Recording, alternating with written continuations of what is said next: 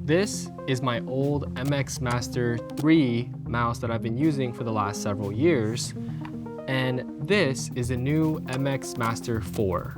Let's talk about what's new in the 4 and whether or not I think it's worth the upgrade.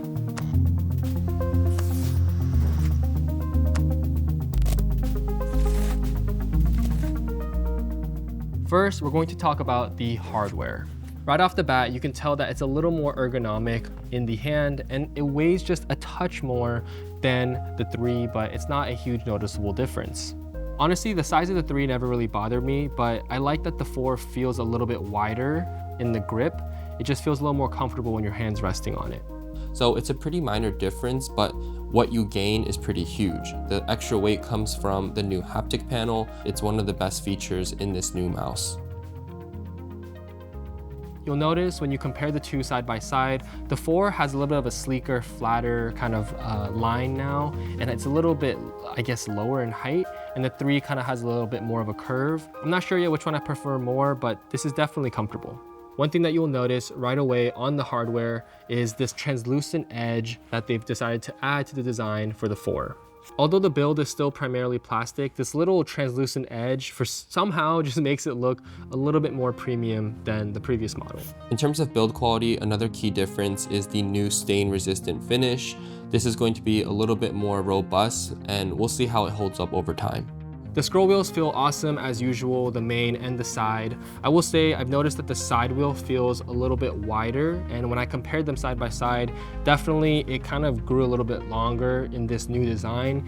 And I will say it feels more comfortable. Like on the last model, whenever you had to lift your thumb, it wasn't fully covering the wheel. You kind of have to pivot your thumb just ever so slightly. But now with this kind of longer wheel surface area, you're able to lift your thumb right away and then hit most of the scroll wheel, which super small detail, not the end of the world. Now the gesture button is no longer pressing here, but they've moved it to the front of the mouse, kind of in front of the front and back buttons. And I don't know how I feel about that quite yet, because now my thumb kind of has to reach a little bit further to hit the gesture button, because they had to make space for the action ring button now with this new mouse. So I'm still adjusting to that, but now there is a third button, which can be confusing if you're used to using the front and back or these two buttons a lot. Now there's a third button, so I'm not sure if you'll accidentally start pressing the button that you don't want now, but there's now an additional button on the side. The clicking sound has also gotten noticeably quieter. Not really sure how much I can show the sounds of the clicking on a mic, but this is the old one. And now this is the new one. It is a subtle difference. I will say if you have the MX Master 2 though, it's going to be a noticeable change in how quiet the clicking is of this new one. A new feature though that hasn't been in any of the previous MX Master mouses is the haptic feedback. You don't really realize how much you like it until you don't have it. For example, like MacBook trackpads have haptic feedback. When you're typing on your phones, there's haptic feedback. And so it is kind of nice to have it because it kind of improves the user experience, I guess you could say. Obviously, it's gonna be hard to show you the haptic feedback over a video format like this. Unless you try this mouse for yourself in person, you're really not going to know. But just take it from me, it feels solid, especially if you're using like a mechanical keyboard or you have like something like the MX Creative Console. Everything starts to feel a little more tactile. So having a haptic feedback in the mouse is a really nice welcome addition to all the other peripherals that you might have on your desk setup. Now, one of the big call outs for the MX Master 4 is going to be the addition of the action ring, and primarily a button now, like I was mentioning earlier, this button, when you press it, opens the action ring now. Now the action ring is mostly software that pairs with the Logitech peripherals. Like the MX Creative Console is the first time I used the action ring. It's super handy to have because when you're using certain apps, you can open the action ring to do shortcuts or use tools that you're primarily used to using. So for example, if you open Lightroom or Premiere, you'll be able to use the action ring instead of keyboard shortcuts, which can save a lot of time depending on the type of creative you are. But seeing that they've kind of been emphasizing the Logi Options software and the action ring pretty heavily across their other devices, it seems like something that Logitech is investing heavily into and will continue to improve over time. Honestly, I love when a company has software and hardware that's good, and Logitech has done a pretty good job with that. It sucks when like the product is great, but the software just sucks or doesn't work, or vice versa. But what's nice in this case is that the software also works well. It's highly customizable, so depending on your workflow as a creative or whatever you do for your profession, you'll be able to custom fit kind of the software to fit your workflow. Where the MX Master 4 really shines is when you hook it up to the whole Logitech ecosystem of their products. More specifically, when you open the Logi Options software, you'll be able to fully customize your device. So as you can see here on my computer, I already have my MX Creative Console. I also have the MX keys right here, the mechanical keys. But if I open my mouse, I'll be able to see all the buttons and being able to customize each and every one of them. Now, the menu is very similar, obviously, to the previous versions of the mouse, but we have this haptic feedback option here now. So if you click on it, you can adjust how much haptic, I guess how much feedback it's giving you. Right now it's on medium, but you have subtle, low, and high, which kind of adjusts, I guess, how aggressive the vibrations are. Now, of course, as you see, when you click buttons, everything's customizable. The gesture button is obviously customizable. I think where this particular device, this new MX Master 4 comes alive is when you're able to adjust things on the action ring. So if you click the action ring, you'll be able to see right here, you can configure the action ring based off the app that you're using. So right now I have the menu system for Premiere Pro. This is for Lightroom. Over here on this side, we see all the different customization or tools that you can adjust to the action ring. So let's say right here, instead of temperature, I want to do it so that it has a crop tool. So literally just drag and drop and changes the crop tool. You can even undo if that's not the change you want to make.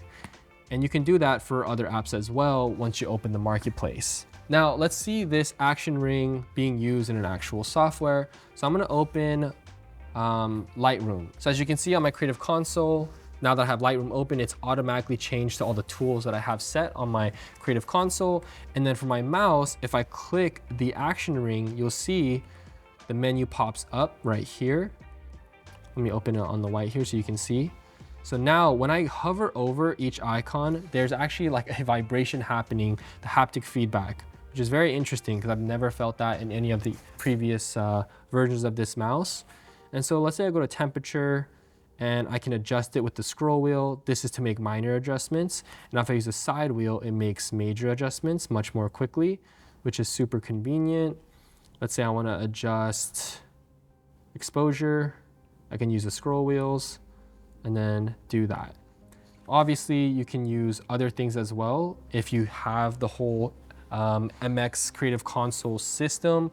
So in this case, if I want to use the scroll wheel on my left hand, I can do that too. But again, it's nice to have options. Let's say I'm also traveling without the Creative Console and I just have my mouse with me. It's nice that I can now access the action ring even on my mouse. As you can see here, I have a clip in Premiere Pro, and instead of using the cursor to kind of adjust the exposure, which is fine, a lot of people do that, but now that I have my mouse, I can have the action ring open and open my kind of color correction tools here, like temperature, and I can adjust it with the scroll wheel, which is very handy for making minor adjustments on the fly. And similar to the Creative Console and any other Logitech product that plugs into the software, you can have specific shortcuts show up when you open that specific app. So in Premiere Pro, you can see my Creative Console has the Premiere shortcuts that show up. And then when I open Lightroom, it switches over to my Lightroom presets. And it's the same thing for the mouse. So you can have very specific customization tailored to your needs depending on which app you're bouncing between. Now, formerly the gesture button used to be here on the previous version, and as I mentioned earlier, it's now here as a button on the side.